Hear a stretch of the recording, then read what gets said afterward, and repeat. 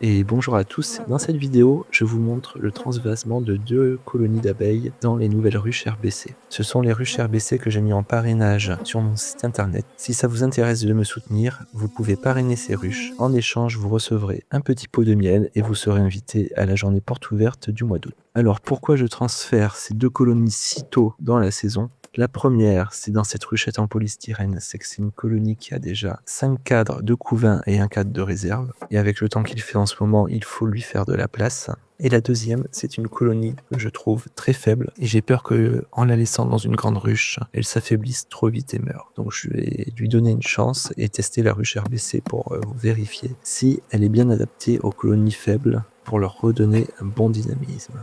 Allez donc, c'est parti avec cette première ruchette. Je vais sortir le premier cadre très délicatement afin d'éviter d'écraser les abeilles. Donc on voit qu'il y a déjà un beau couvain qui prend un peu plus de la moitié du cadre, mais on a également des bonnes réserves sur l'arrière du cadre. Alors quand je commence la visite, je pense que j'ai que 3 cadres de couvain, et c'est pour ça que je mets ce cadre en 4e position afin d'avoir un peu de marge.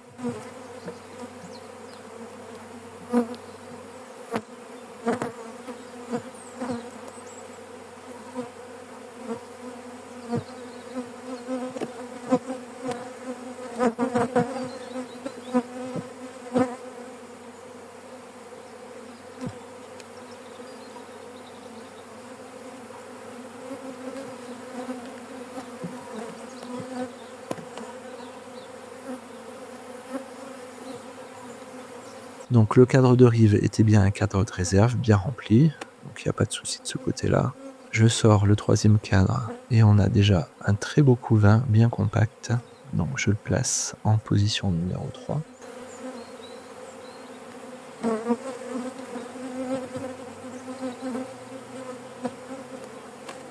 Ensuite je sors le 4e cadre, on a à nouveau un beau cadre de couvain. Je le mets directement dans la chambre 1. Je vous rappelle qu'en ruche RBC, il y a 2 chambres.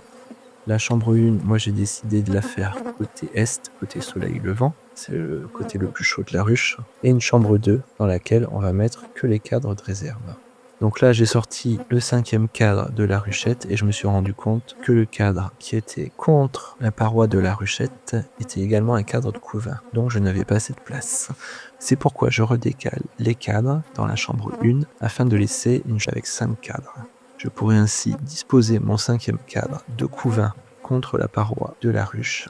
Il est quand même important, surtout en cette saison, de laisser l'organisation des cadres comme dans la ruche d'origine. C'est pour ça que je redécale mes cadres, parce que si j'avais posé ce dernier cadre totalement à droite, j'aurais désorganisé la colonie.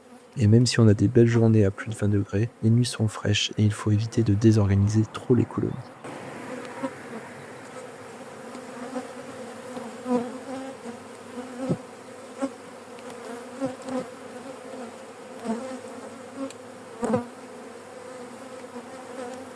Maintenant que je mets 5 cadres de couvain dans la chambre 1, je mets la partition. Donc c'est une partition chaude avec le réflecteur qui touche les parois de la ruche. J'ai rajouté un cadre avec un petit peu de réserve, mais surtout avec de la place pour pondre. Ainsi, si la reine passe sous la partition, elle aura de la place pour pondre dans ce cadre. Ensuite, je nettoie un peu la tête des cadres. Ça m'évitera d'écraser des abeilles quand je refermerai la ruche.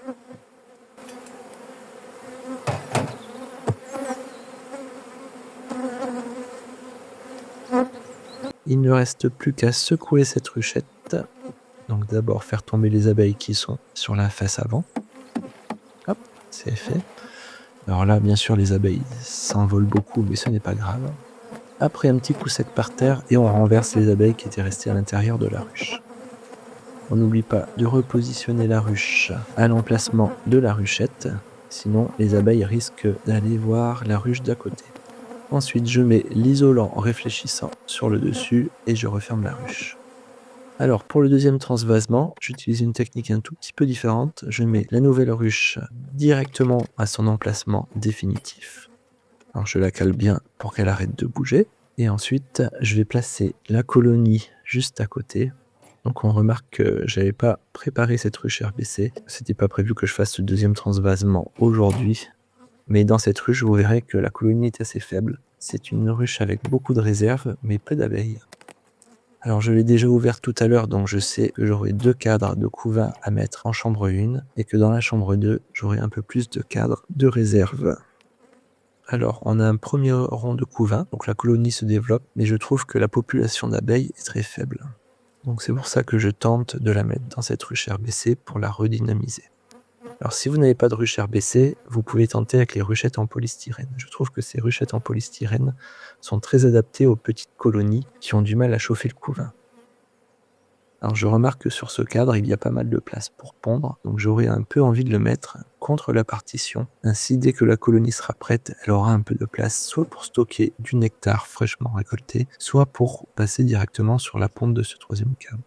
En ruche RBC, quand on visite une colonie, pour passer un cadre en chambre 1, le bon indicateur, c'est de voir un peu de ponte sur ce cadre. Alors vous voyez que les réserves, c'est pas ce qui manque dans cette colonie. Alors je pense que cette colonie était un peu faible parce que à l'automne, on a eu des énormes mielières ont entraîné des blocages de ponte. Elles ont rempli le corps de ruche de miel, ce qui est très bien pour passer l'hiver, mais ce qui a empêché la reine de pondre ses abeilles d'hiver. Et donc j'ai eu des populations qui ont été un peu moindres pour passer l'hiver. Sur mes 16 colonies, j'ai perdu 2 ruches, et je pense que ces 2 ruches n'ont pas passé l'hiver, surtout à cause du manque de population. Voilà, donc je remets l'isolant réfléchissant, puis je vais refermer la ruche avec le coussin isolant.